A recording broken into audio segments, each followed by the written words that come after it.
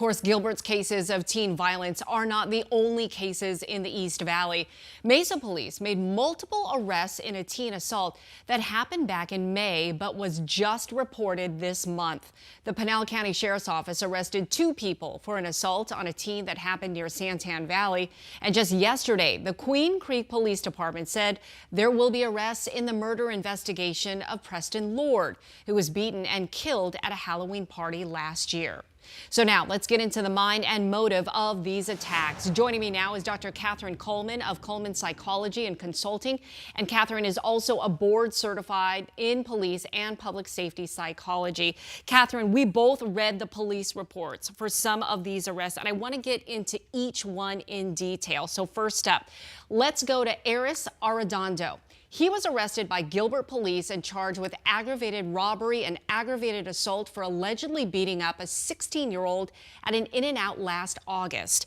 In this police report, it said that the victim laid motionless on the ground, unable to defend himself. And I also want to read something in particular that really caught our eye here. It said, the psychological trauma inflicted on the victim from this incident led to the victim fleeing the country in order to avoid additional retaliation. Katherine, talk about the psychological trauma and just how severe this case was. I mean, it breaks my heart that this child feels like they need to actually leave the country because just the fear that's been instilled in them because of this attack. And what we have to understand about some of the impacts of trauma is that when somebody goes through something so horrific where they feel like they might die, or they feel like they're going, they've been so significantly injured, is that our comfort zones start to shatter and our beliefs about our own safety are shattered. And so it creates this fear of, I'm not going to be safe at restaurants or at school, in a car or even in my own home. Yeah. And it takes a lot of work to reinstill that psychological safety. And can it be? Absolutely. I mean, okay. when we look back, let's take something as significant as a school shooting, for example, right?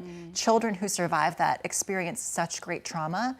They end up going back to school, but it takes a lot of work to think to yourself, okay, how am I going to remain safe? And I think that one of the things that was brought up in the press conference with Chief Solberg is, the small base rate essentially of youth violence. And so while it feels very big right now, because this is what we're talking about and it's impacting a lot of people, we can look back at the reality and kind of be like, okay, the chances are pretty good.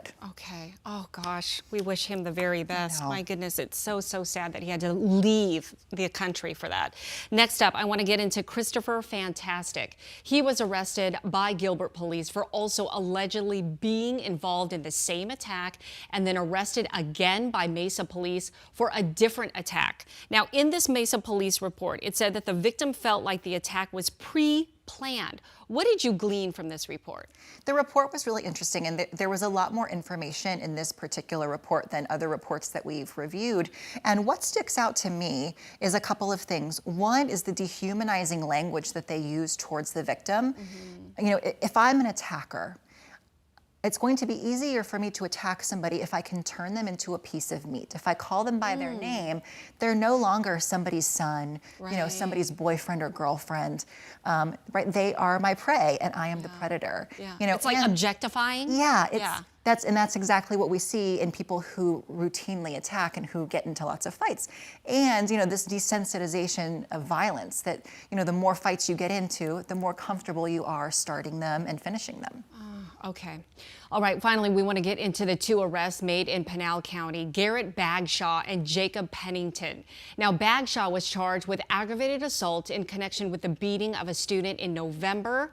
But I want to focus on Pennington. He was also charged with aggravated assault and disorderly conduct for that same November attack. Now, in this police report, Pennington stated that he is associated with the Gilbert Goons. When you read this police report, what was your big takeaway from this?